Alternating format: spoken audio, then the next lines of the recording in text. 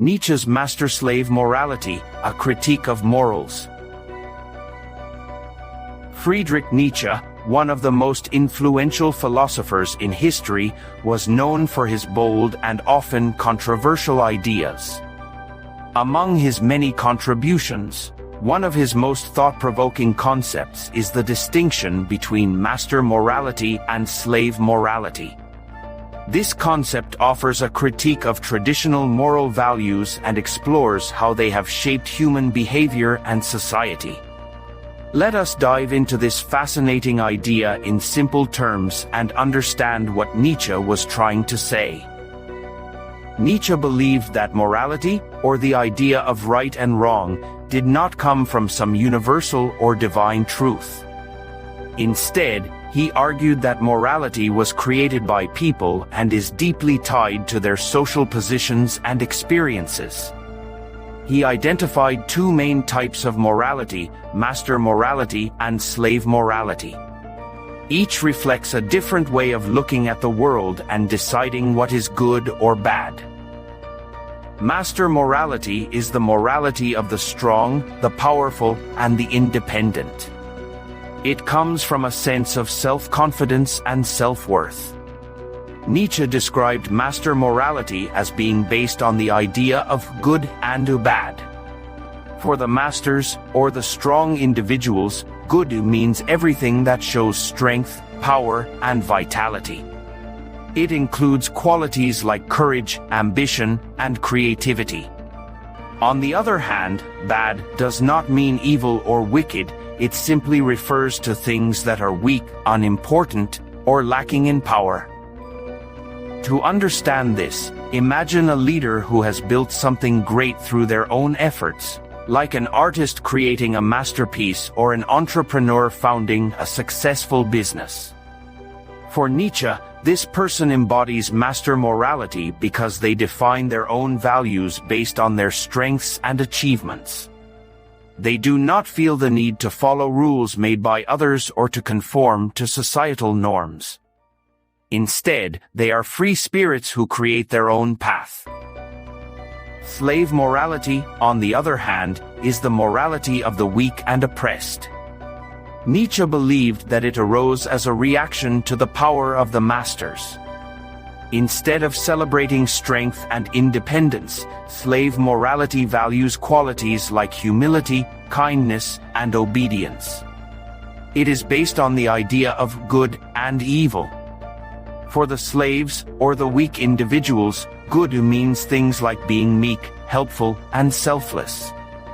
Evil refers to qualities like pride, ambition, and strength, essentially, the characteristics of the masters. Slave morality came about because those who were weak and powerless could not compete with the strong on their terms. Instead, they redefined what was valuable.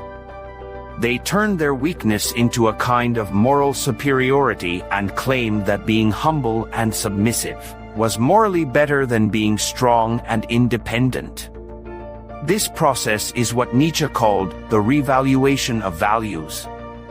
In other words, the slaves changed the rules of the game to suit their situation. To explain this further, think about a person who is unable to achieve great success or power. Instead of admitting their limitations, they might say that being successful is not important and that being kind and humble is what truly matters. This mindset allows them to feel morally superior, even though they lack strength or influence. According to Nietzsche, this is the essence of slave morality.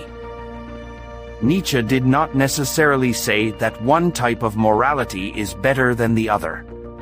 Instead, he wanted to highlight how these moral systems influence the way people think and behave.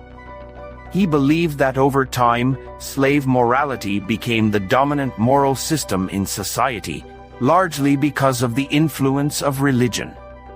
For example, Christianity emphasizes values like humility, compassion, and forgiveness, which align with slave morality.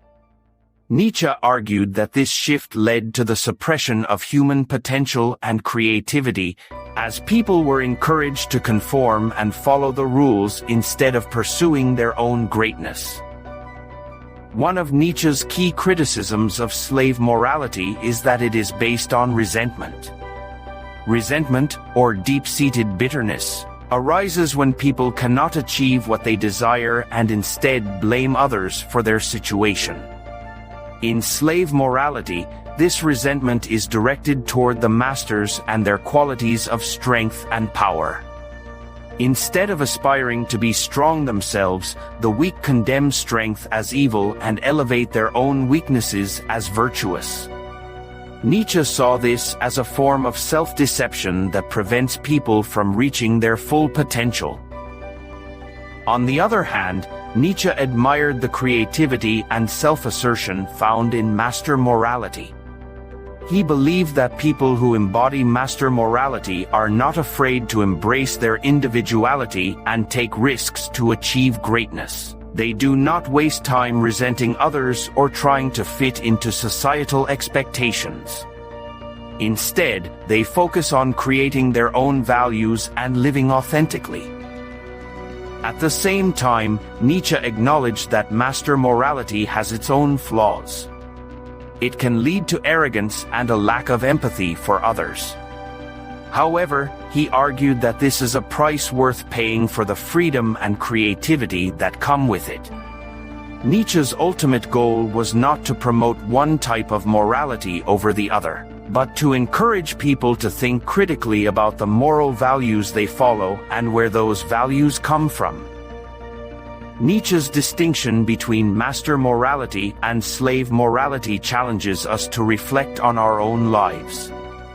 Are we living according to values that truly reflect our strengths and aspirations, or are we following rules imposed by society or religion?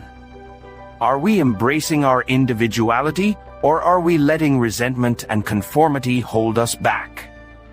These are the kinds of questions Nietzsche wanted us to ask ourselves. This idea has had a profound impact on philosophy, psychology, and even popular culture. It invites us to question the assumptions we make about right and wrong and to explore new ways of thinking about morality. By understanding Nietzsche's critique of morals, we can gain a deeper appreciation for the complexity of human behavior and the choices we make in life. If you enjoyed this exploration of Nietzsche's master-slave morality and found it thought-provoking, please give this video a like and share it with others who are interested in philosophy and personal growth. Do not forget to subscribe to our channel for more insights into the ideas of great thinkers like Nietzsche. Your support helps us continue creating meaningful content. Thank you for watching.